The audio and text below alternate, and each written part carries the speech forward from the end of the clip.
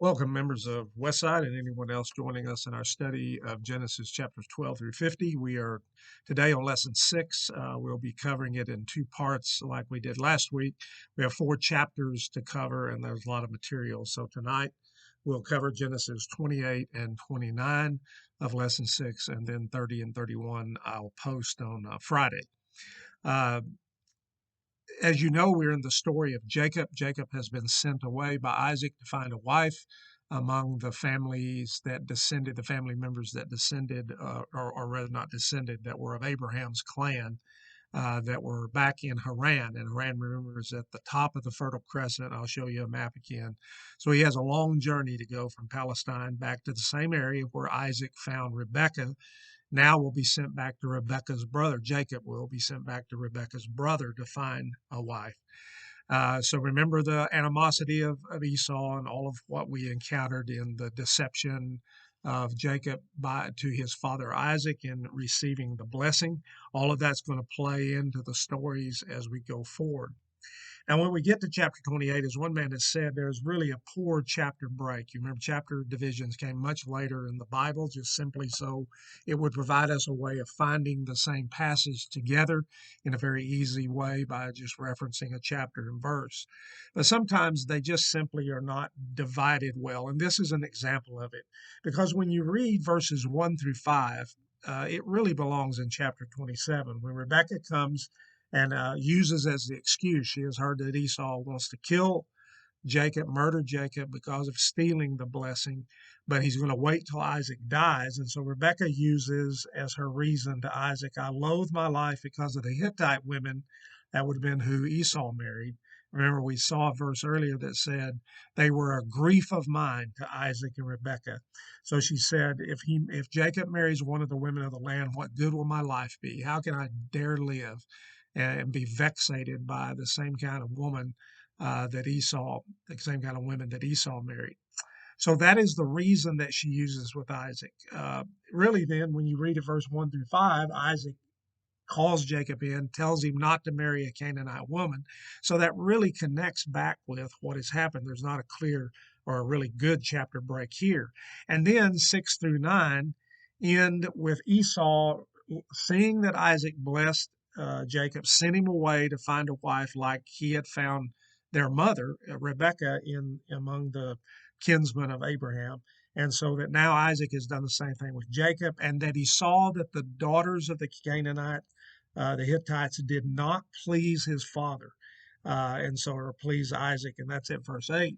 So we know Isaac's not pleased with them too, and Esau kind of wakes up to that fact. And then he goes and seeks a wife from Ishmael, showing obviously that Esau does not get it spiritually. Esau marries women from the Canaanites, the nations that are going to be destroyed by God. Their iniquity is not yet full, but when that time comes, they're heading that way, and they will be supposed to be utterly wiped off the face of the map by the generation of Joshua. But Esau doesn't do any better. He marries into the Canaanites. Now he goes and finds a daughter of the other outcast son, if you want to take it, that he's an outcast, Esau, because of he had sold his birthright, shows no interest spiritually, just interested in being the head of the house or the family and getting all the wealth. Marries Canaanite women, now goes marries the daughter of an outcast son, Ishmael, who had no part of the covenant with Abraham. And so that clearly shows how Esau is just unfit to be the conduit. Now, Jacob's not a much better guy at this point. He's conniving, he's plotting, scheming, lying. He will grow into a much different kind of man, and that journey, part of that journey, will begin today.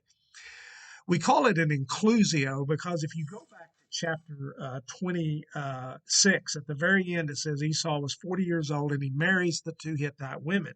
Then chapter 27 is all about the blessing, about the deception, about gaining the blessing.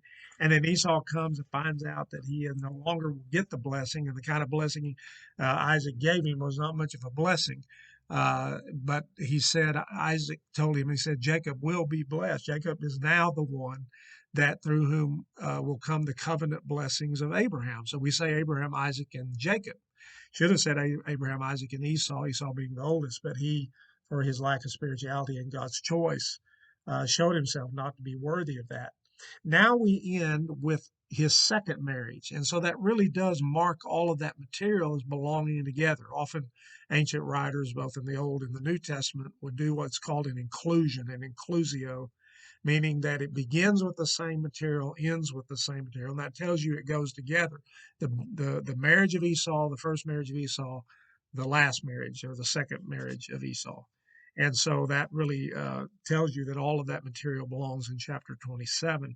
And chapter 28 would really begin with Jacob and his journey at verse 10. All right, so let's just back up and begin with the text in chapter 28. You must not take a wife from the Canaanite women. We've already said that Isaac felt that way in verse 8. Esau saw they did not please his father Isaac. 26:35 says they were a grief of mind to Isaac and Rebekah. So he tells Jacob, go to Padan Aram and take as your wife the daughters of Laban. Laban's going to be called later in this text the Aramean. So the Aramaic language that would be spoken throughout the ancient world, it would even be spoken into Jesus' time. Jesus most likely and the disciples spoke Aramaic and not Hebrew that the Old Testament is written in. And that is that area, Haran, that top of that fertile crescent that where Abraham had been called out of the Ur of the Chaldees. He comes up to Haran at the top, and then he comes down into Palestine. And I'll show you a map of it later at the end of all of this study so that we just keep everything in mind. So Isaac was not permitted, you remember, to leave Canaan by Abraham, but Isaac is okay with Jacob leaving. Was he also aware of Esau's threats to murder Jacob in chapter 27, verse 42? I mean, if Rebekah could hear of it, easily Isaac could too. And it may be why he had no qualms. Maybe Abraham said, no, do not take my son Isaac out of the land of Canaan. But be that as it may, that's what takes place. And then at verses 3 through 5, very importantly, Isaac conveys the covenant of Abraham that he now was the one through whom it had been passed. Now he passes it to Jacob. God Almighty bless you and make you fruitful, multiply you that you may become a company of peoples. May he give you the blessing of Abraham to you and your offspring with you, that you may take possession of the land of your sojournings that God gave to Abraham, and thus he sent him away to Padan Aram. So the very important things that we see in the Abrahamic covenant are passed to from Isaac to Jacob, and it's an intentional blessing. Where he had been deceived back in the last chapter, there is nothing here but straightforward Isaac giving that blessing to Jacob, and nothing is said about animosity about him. He had acknowledged that Jacob had deceived him to his brother Esau back in the last chapter. But remember that Hebrews 11 says this is an act of faith. By faith, Isaac invoked future blessings upon Jacob and Esau. We talked about that last time, about how Isaac was caught in the act, trembles violently, realizes that he has gone against what he must have known about that birth oracle that was given to Rebekah, that the older would serve the younger. And therefore, unwittingly, God has taken care of that, and Jacob is blessed. And then he just acknowledges it. He, by faith, believed that, because remember, the blessings are inspired. Both the blessing of Isaac, he said he will be blessed to Esau, and the same thing will be true when Jacob blesses his sons later. So Isaac says, may God make you fruitful and a company of peoples. Now Jacob's sons will become the tribal fathers, the 12 tribes of Israel. His sons will be the nation's heads.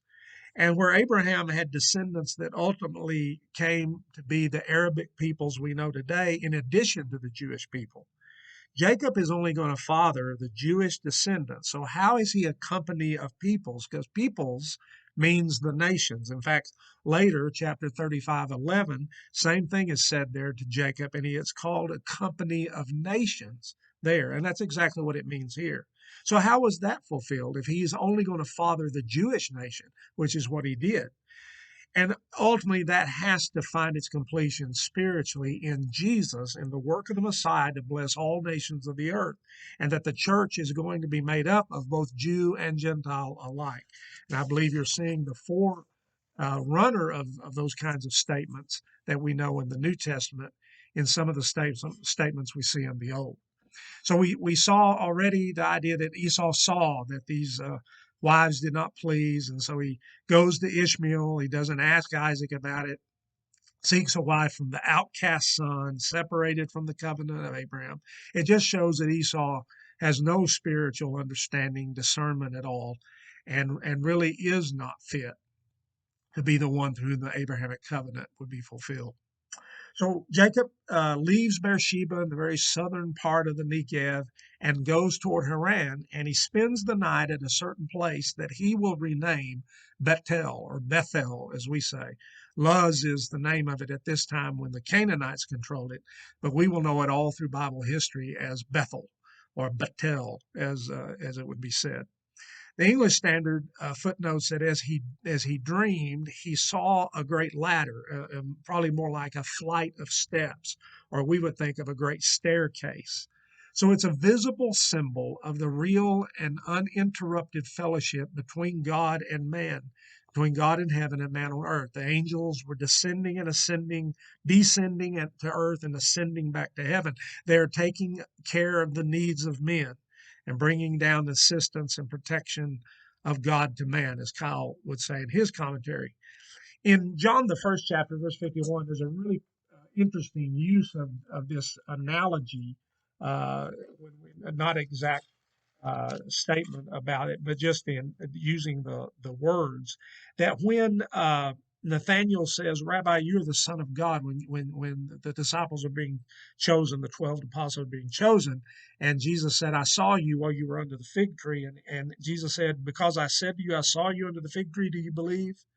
And he said, truly, truly, Jesus is speaking, I say to you, you will see heaven opened and the angels of God ascending and descending on the Son of Man. So he uses this language that is in the dream of Jacob about himself. And in fact, he is saying, I am the ladder. I am the means of communication and will be ultimately, as the Hebrew author says, in times past, God spoke by dreams, he spoke by visions, he spoke by many divers ways and manners.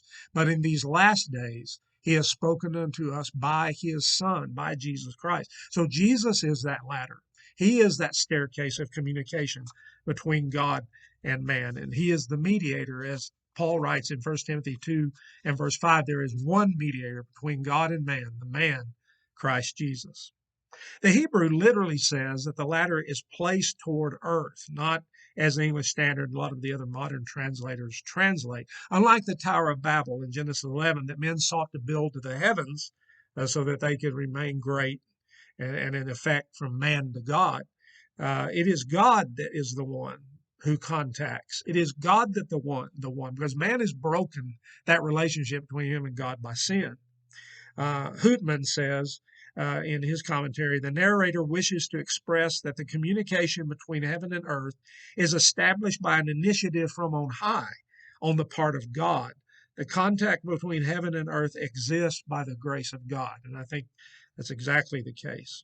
So the angels of God were ascending and descending on it. Once you think again of an inclusio, that's how Jacob's journey begins. He begins with seeing angels coming and carrying forth the will of God, as we read in Hebrews chapter 1, 13 through 14, that they are ministering spirits to minister unto humans.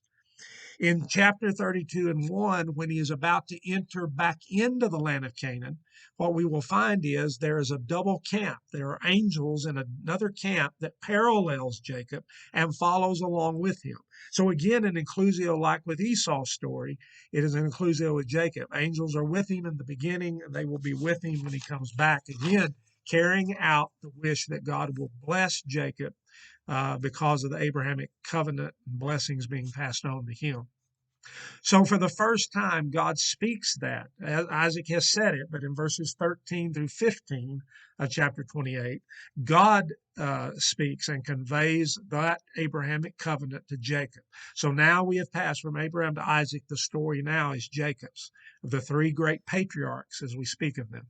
So verse 13a, he says, I am the God of Abraham and Isaac, the past, but now connected to you, the present, the land on which you lie, where he is sleeping at Bethel, I will give to you and your offspring. Again, that covenant promise.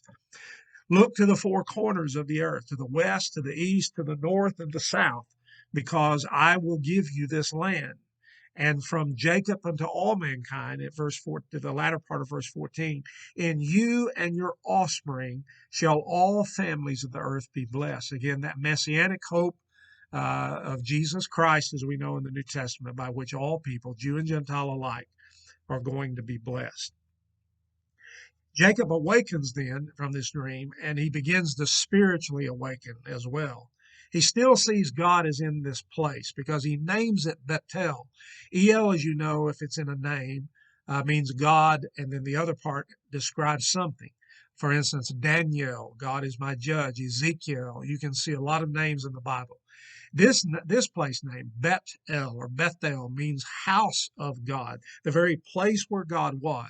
And remember, time a lot of people in ancient times that were pagans looked at gods as being localized.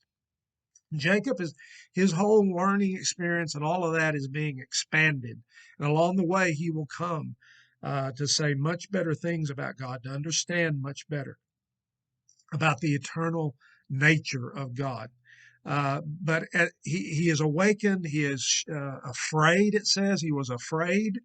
What started with deceit and trickery and plotting on his part of both stealing the birthright and the blessing, or rather having the birthright given to him, and then stealing the blessing, wrongs and sin, and now fleeing because he fears his brothers and fleeing for his life, are now turned by the Lord into blessing. There are greater forces at work here than what he should fear from Esau. For God has turned it into Jacob being the one through whom all nations of the earth will be blessed. And therefore, Jacob is going to be taken care of by God. And that is very, very important. So he sets up a pillar, we're told, at verse 18 and 19. He takes the rocks that he had set up for his pillows and sets them as a pillar, pours oil on top of it. That's consecrating it, setting it apart, not for worship, not for an idol, but to mark this place. Because he will return there and he will build an altar there later, as we will see, when he thanks God for seeing him through the 20 years he's going to be away in Padan Aram. And he makes a vow, and the vow reorients Jacob's journey, reorients it. It originated in a flight to avoid assassination, but now it has a great pilgrimage involved that God's going to bless him all the way, and he's going to come back with the descendants that he'll need, those descendants that are going to be the heads of the 12 tribes, and the theological content that God is going to see through him, the one that will bless all nations of the earth. So the promise and the vow that Jacob makes transform him. Now, I gave you a research question because Jacob vows a full tenth to God of all that he has. A lot of times we think of the tenth or the tithe as being something connected with the Mosaic law, but you see that in what Abraham gave to Melchizedek back earlier in the story of Abraham. He gave Abraham, or rather, Abraham gave Melchizedek a tenth of all the spoil that he had captured from those 5 kings that had kidnapped Lot. You remember that story back earlier in chapter, I believe it was 13 of Genesis. So there you see the tenth given to the Melchizedek, who is high priest of God Most High, or rather priest, I'm sorry, of God Most High. I said high priest of God Most High. And now you see that Jacob promises, and then you'll see it later a lot in the Mosaic Code. So all I was wanting you to see is that this has deep, beyond, before Moses, long before that, it has a deep seated understanding in the culture at large that that's what the gods, in this case, the one true and living God, should be given. And I think it's interesting. He says a full tenth. He's not going to hold back anything. You do more research, and if you want to tell me about your research, I'd appreciate it. All right, that brings us to chapter 29 then. Jacob does arrive at Haran, so he's now up in Mesopotamia at the top of it. And as he looked, he saw a well in a field. Probably most likely this is a cistern. A rock is over it, and the flocks would gather there, and they'd roll the rock away, and then they could drink of that cistern.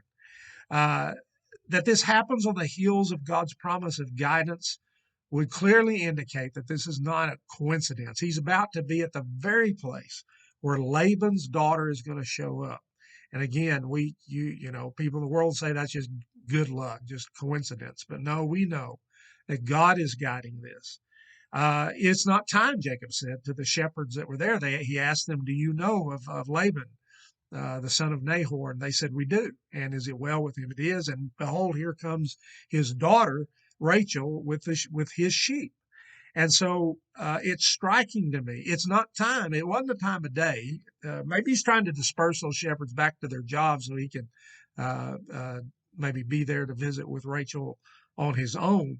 But whatever the case may be, whether they were loafing and it wasn't the right time, Rachel's coming. So it must have been, even though Jacob doesn't think it's the right time, it may have been different in their local setting. But it is a striking display of providence because what appears, as Waltke says, to be the wrong time, Jacob meets the right people to learn about Laban and the right girl, who happens to be the daughter of Laban. So once again, God is guiding this, the providence of God, as we say. Verse 10 says that Jacob rolls the stone away from the cistern to water the flocks of Rachel. Now, clearly, he's no mama's boy. I think sometimes because we think he dwelled in a tent, boy, Esau's that manly guy that goes out and hunts. And yeah, that would make a guy to be more of a he-man that goes and does the kind of thing that Esau does. I don't think we should see Jacob as a weakling. I mean, he rolls this stone away. He's going to be somebody that is with the sheep day and night later with Laban. He's going to talk about his sleep fleeing from him, of taking care of, the flocks and defending them against predators and so forth. So I think sometimes it's been insinuated by commentators, but I think that's not right about Jacob. He waters Rachel's or Laban's flocks. And then Jacob at verses 11 12 makes his introduction to Rachel of who he is. He kisses her. I don't believe this is understood romantically as it will come to be, his love for her. But once again, the manner of greeting, it's very common in that world even today to bust, men would on both sides of the cheek, and to do that with someone who is a kinsman. And so Rachel immediately runs away and gets Laban, who runs to him, very much like what had happened before. It makes you wonder if Laban remembers all the gold and all the precious things that Isaac, the steward rather, of the house of Abraham, had brought to find the wife for Isaac, which was his sister Rebekah, Laban's sister Rebekah. Makes you wonder if he's not running out there for the kind of character we know he is, as we learn from Jacob's story. But Jacob has none of that. Jacob had to flee, had to get away. He's not bringing 10 camel loads of precious things in order to seek his wife, and that's going to play into this story. So Jacob tells Laban all these things, it says, and probably included what maybe had happened, as we have said, that did he tell him all about Esau? But nonetheless, there is no dowry except for the strong guy that Jacob is, and that he knows sheep, as we will come to find out, as well as God's blessings. And so he stays with him that month, and then Laban asks him the question at verse 15, should you serve me for nothing? He's been working, obviously, for his room and board and that kind of thing.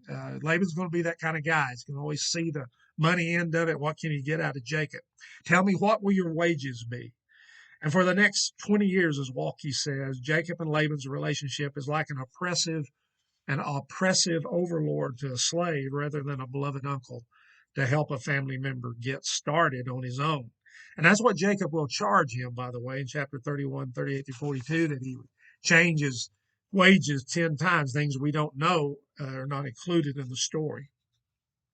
So we are told then at verse 16 and 18 that Laban had two daughters. The name of the older was Leah, and the name of the younger was Rachel. Leah means cow, and Rachel means ewe. Now, before you get offended at that, ladies, remember that is it appropriate in a shepherding family to name them after animals would not have been looked at the way you would think, I would think, if we named. It always makes me think of the story of the Texas governor, Jim Hogg, Hogg, named one of his daughters Ima and the other Ura. So put that together, and Ima Hogg and Ura Hogg. They actually were very beautiful ladies, by the way.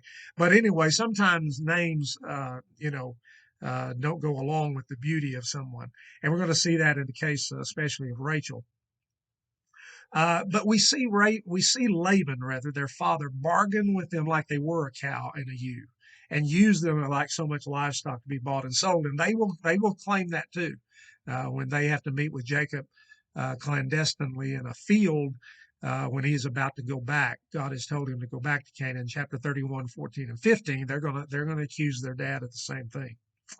We're told about their outward appearance. Leah's eyes were weak.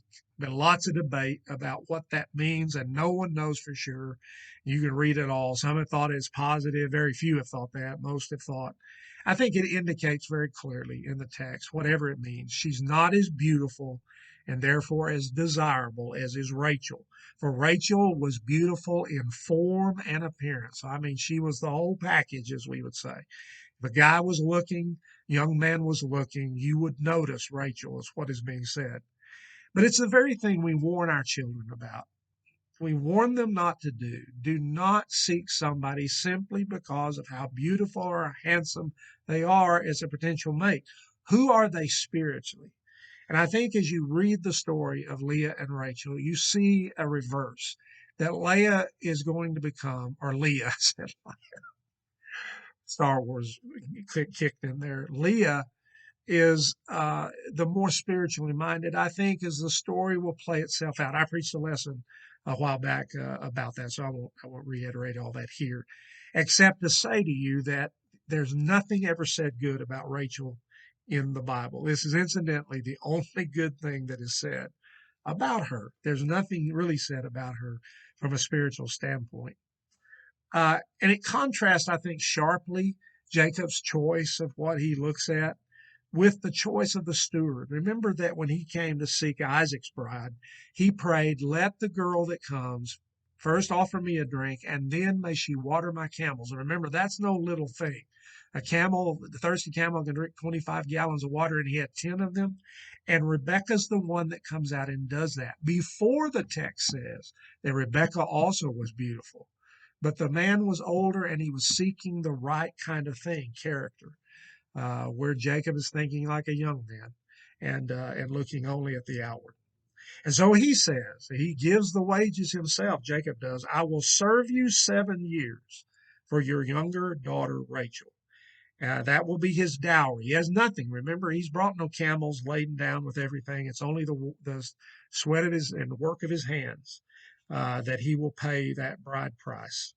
Moses' law will later set in Deuteronomy 50 shekels for the wrongful seizing of a virgin. If a man lay with a virgin, then to pay the bride price to her father.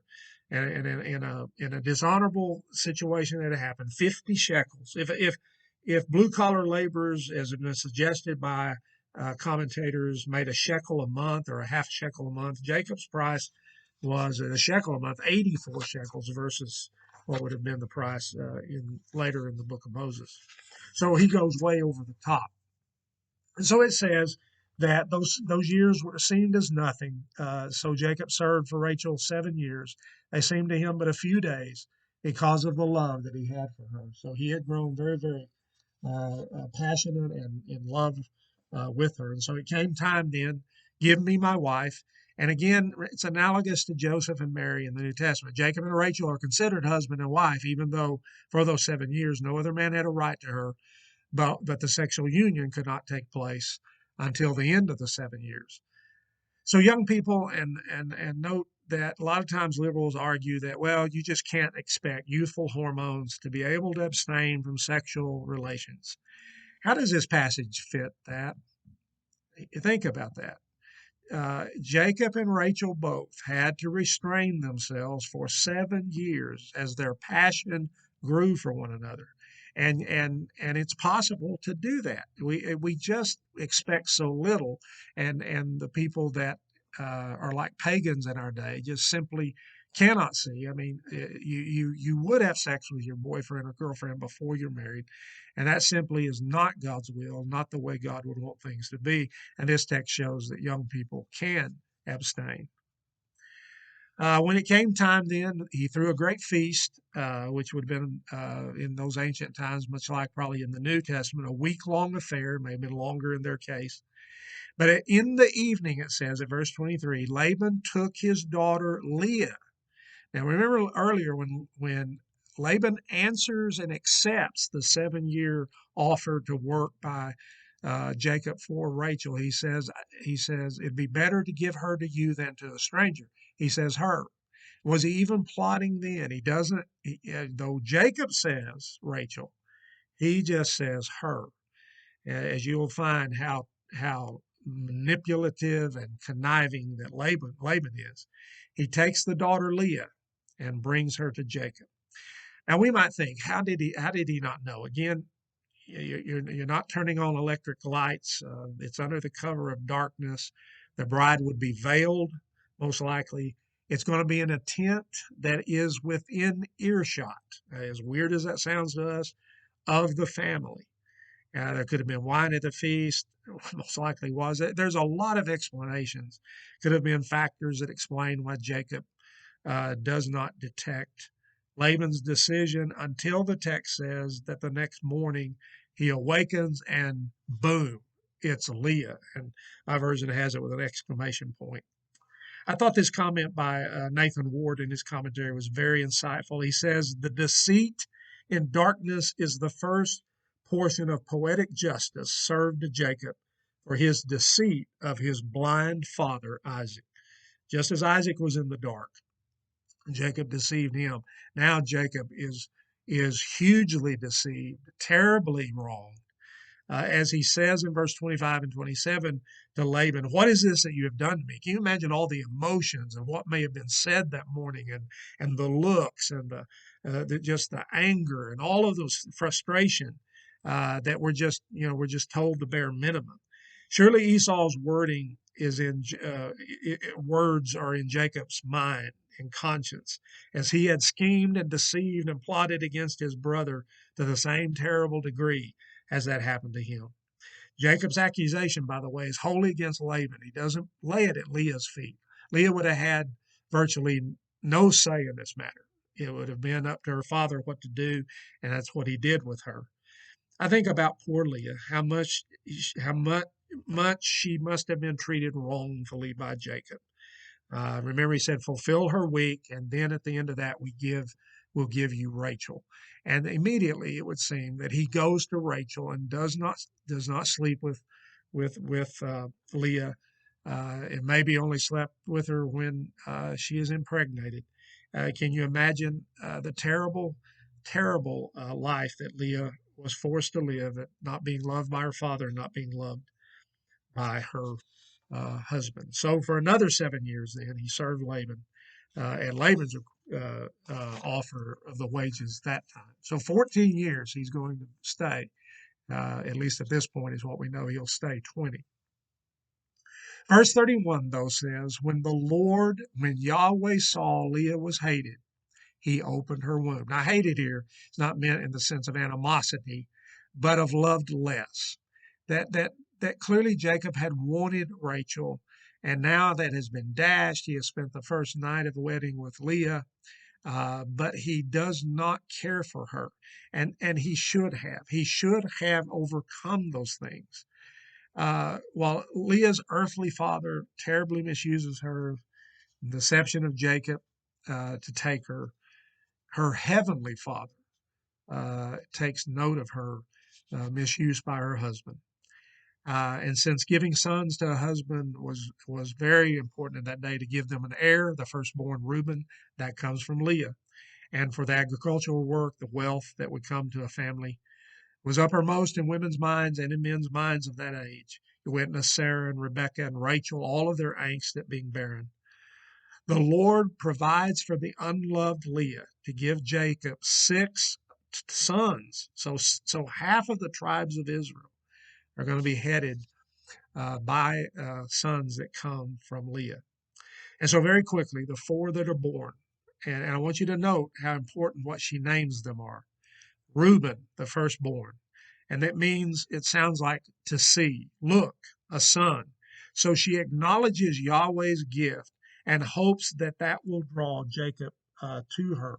And so notice she said, because the Lord has looked upon my affliction, for now my husband will love me. So she believes because she's given him the firstborn, that will draw him back to her. The hope that she has, as any woman would upon this earth, to be loved by her husband, and the same for a husband to be loved by his wife, is what anyone would expect to be how it ought to be between a husband and wife.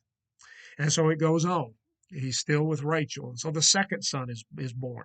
Simeon, she names him, and that means, sounds in the Hebrew like heard, because Yahweh had heard that she was hated. Think of how Jacob must have treated her. Think of how he must have ostracized her. He just didn't look at her. The looks he must have given her were not the looks that he gave to Rachel. And so she says of Simeon when she conceived again, because the Lord has heard that I am hated. This idea of that loving her less. He has given me the son also. Again, I want you to notice that she uses the covenant name that God had used with Abraham and Isaac. Obviously, she's learned that from Jacob, maybe even Laban and them that we had learned earlier. Also invoke the name of Yahweh, but she comes to use that name with reference to God. The third son, Levi or Levi is probably the more correct way, means to join or be attached to. So now she has had three sons. She doesn't mention God in this one, but she says, now this time my husband will be attached to me because I have borne him three sons. I mean, you would think after I've given him three sons, now he will come to me, the love that she wants to have from him. Finally, she is pregnant a fourth time and gives birth to a fourth son that she names Judah. And Judah means this time I will praise the Lord. And Judah means to praise. And this one will be, it's very interesting. Leah will be the one through whom the Messiah will come. And that is very interesting to think. Now, while Jacob favored Rachel, it is the unloved wife that will be the conduit through which the Messiah will come in the world that will bless all peoples. You think of Levi will be the priestly tribe in the Old Testament. So nothing is said regarding Jacob at the birth of the four sons. She just doesn't mention him at all like she had in the first ones of sons 1 through 3. This time she simply acknowledges Yahweh and says, I will praise the Lord. Maybe she thought it is futile to keep fighting at this point for Jacob's love, even though she will more and frustration will go on. She just at this point praises Yahweh and thanks him for her son.